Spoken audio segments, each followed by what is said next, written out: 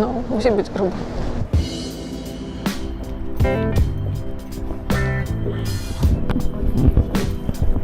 A dziś wejdziemy na najwyższy budynek w Unii Europejskiej. Dobrze, to już Państwa może puszczę w takim składzie. No i zachęcam do patrzenia w tamtym kierunku właśnie. Bilety kosztują od 45 do 70 zł i są wyceniane w zależności od pory dnia. Najdroższe oczywiście są na zachód słońca. Te w ciągu dnia są sporo taniej. My kupiliśmy te na zachód słońca. Nie wiem, ile płaciliśmy. 70 zł. No i pamiętajcie, żeby nie zabierać ze sobą jakichś ostrych narzędzi, bo jest rewizja taka jak przed wejściem do samolotu. Jest też depozyt, czyli takie miejsce przy wejściu, gdzie możecie zostawić jakieś tam swoje rzeczy, te, które nie da się wnieść tam na górę.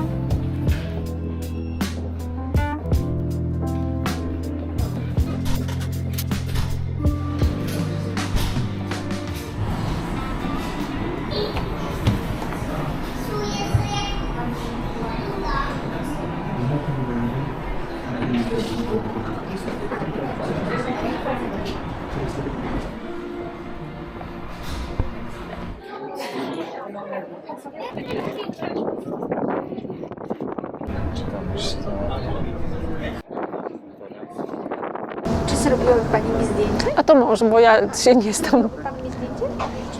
Tylko takie, że to wie Pan, tak się człowiek zdarza.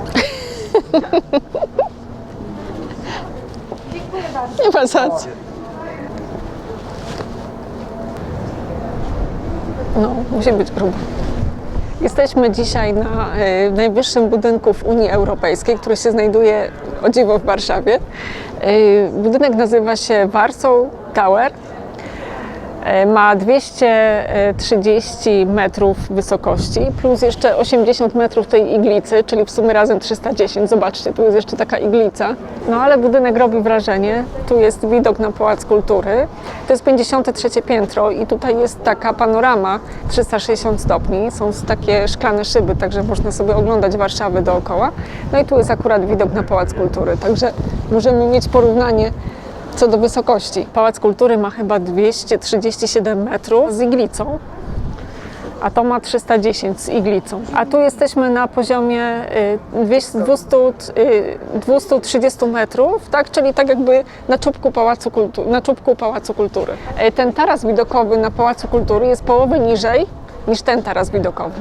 Dlatego Pałac Kultury wydaje się taki malutki przy tym. No i czekamy na zachód słońca. Będzie fajniejszy widok. Na pewno lepiej wygląda Warszawa nocą, tak mi się wydaje. A to na 49 piętrze jest też taki taras widokowy trochę mniejszy, bo to jest ten 360, a tam jest no chyba z taką jedną ścianą szklaną i jest jakiś ogród, także zaraz sobie tam zejdziemy, zobaczymy ten ogród, podobno też jest ciekawy. Powiem Wam jeszcze jako ciekawostkę, ten budynek projektowała firma, która projektowała drugą wersję wież w Nowym Jorku, World Trade Center. Projektowali jeszcze jakieś duże budynki w Hongkongu, w Londynie, no i między innymi ten w Warszawie, najwyższy w Unii Europejskiej. Tutaj w tym budynku jest też taka duża restauracja na 3 poziomach. To jest chyba 46, 47 i 48, albo 47, 48, 49 piętro. Zaraz sprawdzimy, to zobaczymy. Zobaczymy, jakie ceny w tej restauracji.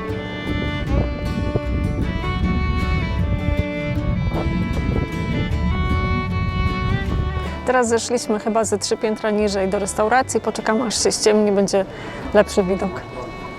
I co, wejdziemy do środka.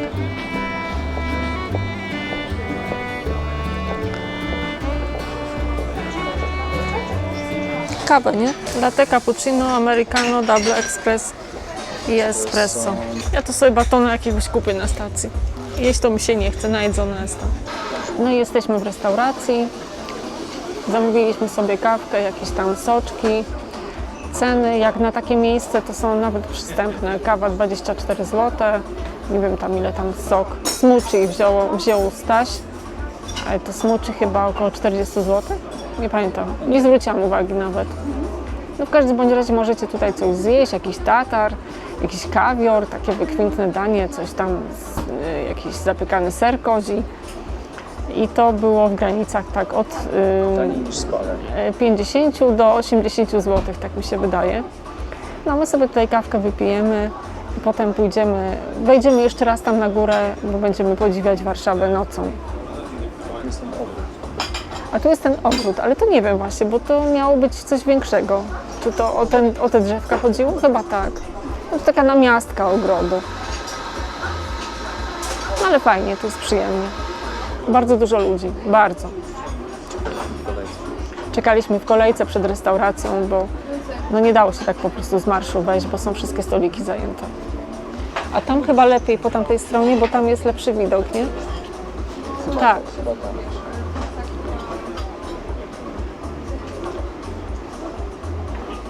Nie ma tu alkoholu, bo nie mają koncesji, także jakbyście chcieli się napić jakiegoś wina czy drinka, to na pewno nie tu. Ale mają jakieś takie wykwintne, takie soczki, jakieś takie tam drinki, tylko bezalkoholowe. Ceny w restauracji są bardzo rozsądne. Mimo że wysokie, to jesteśmy tak naprawdę w centrum stolicy, w bardzo charakterystycznym budynku, w obleganym miejscu, więc nie ma co narzekać.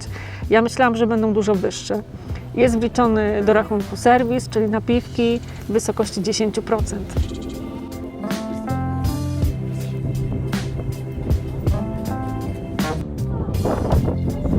Może nie jest to taki imponujący przykład drapacza chmur w skali światowej, ale na przykład słynny Skybridge, w którym byliśmy, Petronas Towers w Malezji, w Kuala Lumpur, jest na wysokości tylko 170 metrów, a ten taras widokowy jest na 230, więc nie jest tak źle jak na polskie warunki. Dodać też trzeba, że wszystko tutaj to jest kwestią kontrastu, bo na przykład w Bangkoku takich wysokich budynków, które mają po kilkaset metrów, jest bardzo dużo i widok z Mahanakhon, na którym byliśmy, jest piękny, ale budynków o podobnej wysokości widać w tle sporo, więc nie robi to takiego wrażenia. A trzeba przyznać, że widoki z Warsaw bliższe są kontrastowi między Burj Khalifa a resztą Dubaju, gdzie wszystko jest w dole takie malutkie, dokładnie tak jak w Warszawie. Tyle, że budynki w Warszawie są relatywnie niskie, a tam się tylko takie wydają. Mimo że niektóre mają po 400 i 500 metrów, no ale efekt wow jest.